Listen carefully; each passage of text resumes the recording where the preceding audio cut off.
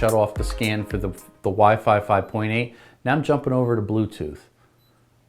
Again, I have no activity on the main screen, and that's because everything is now shut off. However, I have Bluetooth on. So in other words, it's scanning. Bluetooth is a fast frequency hopper, so it's scanning super quick, a predefined algorithm. And I can click on this screen and look behind the scenes, and this will be my Bluetooth scan screen.